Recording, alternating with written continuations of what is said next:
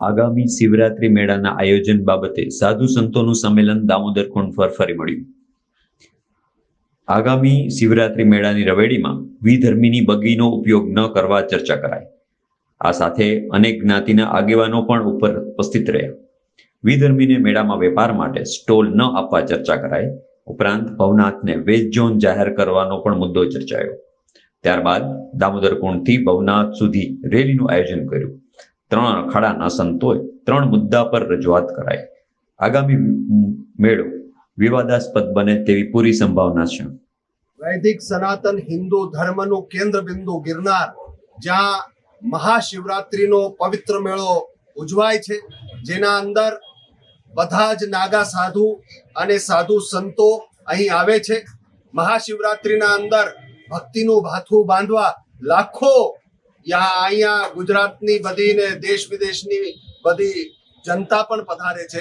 અને નાગા શાહી સવારી, જેના અંદર દત્તાત્રેય ભગવાન અને અન્ય દેવતાઓની પાલખી નીકળે છે। થોડા સમયથી જ આ ગિરનાર ક્ષેત્રના અંદર વિધર્મી આક્રમણ અને અમુક ષડયંત્રો ચાલી રહ્યા છે, જે અહીંની પવિત્રતા ભંગ કરવાના પ્રયત્નો થઈ રહ્યા છે। એટલે આજે અમે બધા સનાતની સાધુ સંતો તેમજ અહીંયા સનાતની 18 જે વર્ણ કહેવાય અને બધી જ જ્ઞાતિઓના લોકો અમે બધાએ મળીને સનાતનીઓએ 3 અખાડા, જૂના અખાડા, આવાન અખાડા અને અગ્નિ અખાડા તેમજ કલેક્ટર શ્રીને અમે માગણી મૂકી છે। એક કે તમે આ જે રવેડી નીકળે છે તેના અંદર વિધર્મીની બગીનો ઉપયોગ ન થાય। બીજું, અહીંયા કોઈ વિધર્મીનો સ્ટોલ ન લાગે, જેથી પવિત્રતા જળવાઈ રહે। અને બીજી માગણી, આ ગિરનાર ક્ષેત્રને તાત્કાલિક વેજ ઝોન ડિક્લેર કરો, જેથી આ મેળો જે છે એની જે પવિત્રતા છે એ ધર્મના જે પવિત્રતાને ભંગ કરવાના કોઈ ચેષ્ટા કરે તો એ ન થાય, એવી માગણી અમે નમ્ર મૂકી છે। તો એ વિનમ્રતાથી એ સ્વીકાર થશે એવી અમને પૂરી આશા છે। જય ગિરનારી, જય શ્રી રામ। જે વૈદિક હિન્દુ સનાતન પરંપરાનું કેન્દ્ર બિંદુ છે,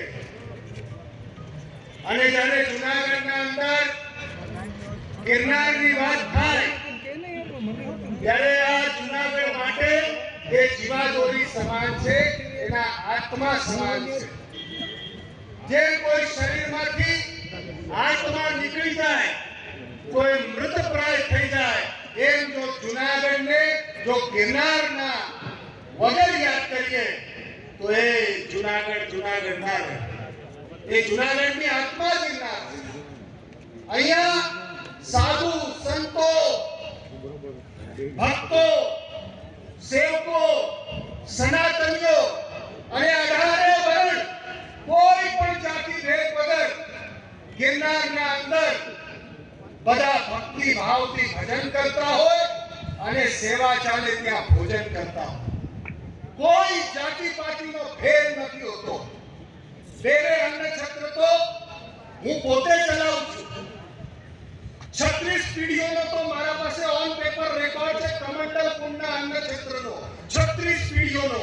એક પેઢીના અગર જો તમે 30-40 વર્ષ પણ પકડો તો 1,500 વર્ષ તો એમ થઈ જાય। પણ આજ સુધી ત્યાં જમવા વાળાને કોઈ ન પૂછ્યું કે તારી જાતિ કઈ છે, અને પીરસવા વાળાને કે બનાવવા વાળાને કોઈ દિવસ ન પૂછ્યું કે તારી જાતિ કઈ છે। એ 18 વર્ણનો ધણી છે, એટલે કે 18 વર્ણને સન્માન આપવામાં આવે, પૂજવામાં આવે। અને જ્યારે આ મંચ ઉપરથી હું વાત કરી રહ્યો છું તો જવાબદારીથી વાત કરું છું કે હું સનાતન વૈદિક હિન્દુ ધર્મની વાત કરું છું, ત્યારે બીજા ધર્મનું સન્માન કરું છું, પણ હું મારા ધર્મના સ્વાભિમાનને છોડીને નહીં। મારા ધર્મના સ્વાભિમાનની વાત પહેલા આવશે, બીજા ધર્મનું સન્માન પણ રાખું છું। તો આજે જે માંગ અમે રાખી છે, આજે જે માંગણીઓ અમે ઊભી કરી છે, એમાં કોઈ ધર્મનું અપમાન નથી કરી રહ્યા, કોઈ ધર્મને વખોડી નથી કાઢી રહ્યા, કોઈ ધર્મ માટે અમે અપશબ્દો નથી કરી રહ્યા, અને કોઈ વ્યક્તિ વિરોધી પણ આ વાત નથી કરી રહ્યા। એટલે જો કોઈ વ્યક્તિ પોતાના ઉપર આ લેતો હશે તો એને થોડી સમજવાની જરૂર છે, થોડી સમજની જરૂર છે। જ્ઞાનનો ઉપયોગ થવો જોઈએ. આ વ્યક્તિ વિરોધની વાત નથી, આ વ્યક્તિત્વ વિરોધની પણ વાત નથી. આ ફક્ત ને ફક્ત સનાતન ધર્મને સંરક્ષણ આપવાની વાત છે. અમે જે વાત મૂકી છે કે વિધર્મીની બગીનો ઉપયોગ નહીં થાય અને વિધર્મીને સ્ટોલ નહીં મળવો જોઈએ, તો એનાથી આ લડાઈ કોઈના માટે અહંકાર અને અસ્તિત્વની લડાઈ હોઈ શકે, પણ અમારા માટે આ લડાઈ નથી. અમારા માટે અમારા સનાતન વૈદિક હિન્દુ ધર્મના સંરક્ષણની વાત છે અને કોઈ પણ ભોગે કે અમે સંરક્ષણ કરીને રહીશું. આ મંચ ઉપરથી હું તંત્રને ખૂબ આભાર માનવા માંગુ છું કે તંત્રએ પહેલા પણ સહયોગ આપ્યો છે, અત્યારે પણ સહયોગ આપે છે અને બહુ સમન્વયથી બધું ચાલી રહ્યું છે.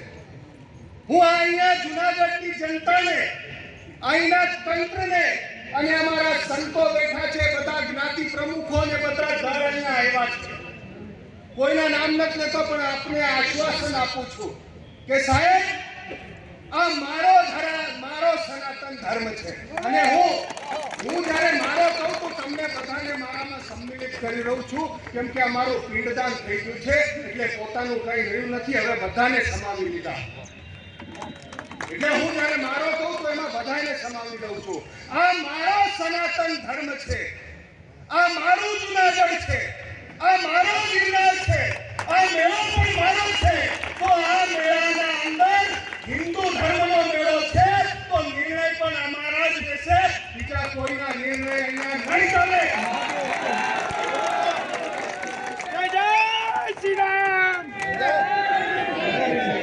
અહીંયા વિધર્મી બગી જો આવી તો પ્રેમથી હાથ જોડીને કહું છું કે બગી મોકલતા નહીં. જો બગી આવી તો પાછી નહીં જશે, એટલું યાદ રાખજો. મારા ધર્મમાં કોઈ પણ એવું પગલું લીધું જેનાથી ભ્રષ્ટ કરવાના પ્રયત્નો થયા તો સાથી મેળવવામાં નહીં આવે. અમે કોઈને છેડતા નથી અને પછી છેડ્યા પછી છોડતાય નથી. અને આ અત્યારે જુવાળ ઉભો થયો એમ નથી. મને જ્યારે દિલ્હી લઈ ગયા તો સૌથી પહેલું કામ મેં કઈ કર્યું તો ગૂગલમાં જોઈ લેજો, ઔરંગઝેબ રોડનો, એ આતંકવાદીના રોડનું નામ બદલી નાખ્યું હતું મેં. ના જોઈએ, હિન્દુ ધર્મ ઉપર જે પ્રહારો થયા છે એના કોઈ દિવસ નામ હોય.